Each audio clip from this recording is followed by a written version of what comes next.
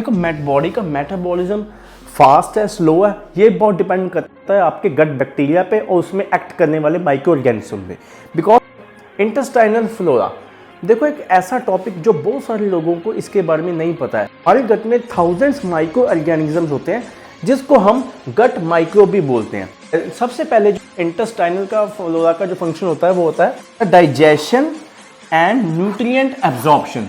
Means जो भी आपने खाना खाया तो माइक्रो ऑर्गेनिज्म्स आपको ब्रेक डाउन करेंगे, देन उस डाइजेस्ट करने में हेल्प करेंगे through stomach to hydrochloric acid. दूसरा पॉइंट आता है कि हमारी जो गट में बैक्टीरिया होता है वो ब्रेक डाउन करता है फूड को और न्यूट्रिएंट्स को एक्सट्रैक्ट करके हमारे ब्लड स्ट्रीम में डिफरेंट बॉडी पार्ट्स के मसल्स में लेकर जाता है फॉर इट्स फंक्शंस। तीसरा point, it helps in maintaining metabolism.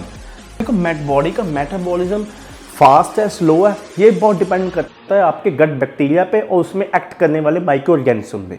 Because अगर आपका फूड अच्छी तरह से डाइजेस्ट नहीं हो रहा है, बैक्टीरियाज जो डिफरेंट माइक्रो ऑर्गेनिज्म्स हैं वो आपके फूड को ब्रेक डाउन नहीं कर रहे हैं, देन डेफिनेटली आपका मेटाबॉलिज्म बहुत ही ज़्यादा स्लो हो जाएगा। उसके बाद अगला पॉइंट है protect immune system and against pathogens. देखो इम्यून सिस्टम को गट बैक्टीरिया डेफिनेटली प्रिवेंट करता है बिकॉज कोई भी एक्सटर्नल फोर्सेस है। एंड अगेंस्ट पैथोजेंस में अगर मैं बात करूं तो पैथोजेंस वो होता है कोई भी एक्सटर्नल फोर्स जो आपकी बॉडी में एंटर कर गया फॉर्म ऑफ वायरस, तो वो उसको अगेंस्ट फाइट कर against any type of harmful viruses और एनी टाइप ऑफ डिजीजेस। सो ये एक बहुत इंपॉर्टेंट पॉइंट बन जाता है। उसके बाद इम्प्लीकेशंस का मतलब होता है कि क्या नेगेटिव इफेक्ट्स होंगे जब आपका डैमेज इंटेस्टाइनल फ्लोरा होगा या फिर आपका डैमेज गट बैक्टीरिया होगा। सो सबसे पहले होगा कि डाइजेस्टिव डिसऑर्डर्स। डाइजेस्टिव डिसऑर्डर्स में क्या आ जाता है आपका, एक आ जाता है हमारा लीकी गट, दूसरा पॉइंट आ जाता है हमारा table bowel movements.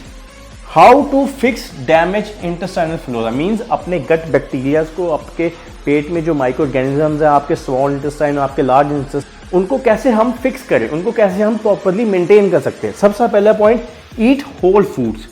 Whole foods खाने हैं हमने, होल ग्रेन फूड्स खाने हैं।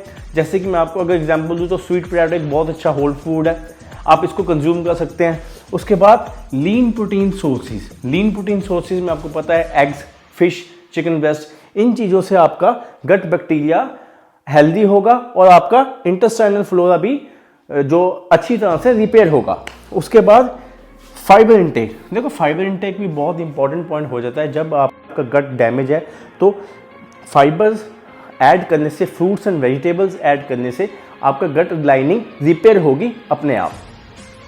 उसके बाद हमने लिमिट करना है अपने intake of sugar, processed foods and all type of sweets and sugary stuff, because ये चीज़ें ट्रिगर करती हैं आपके गट को बहुत ज़्यादा डैमेज करेंगी, माइक्रो ऑर्गेनिजम्स को किल करेंगी एंड लीकी गट जैसी प्रॉब्लम्स को ये डेवलप कर सकती हैं।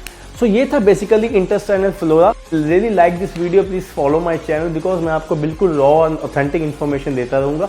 एंड इफ़ यू वांट कि अगर आप चाहते हैं कि मैं आपका एक्सरसाइज प्लान और डाइट चार्ट मैं प्रिपेयर करूँ 1-to-1, तो आप मुझे इस email ID पे आप मुझे मेल कर सकते हैं। बहुत ही मिनिमल चार्जेस होंगे and I'm there to help you, and please like this video and subscribe my channel. Thank you.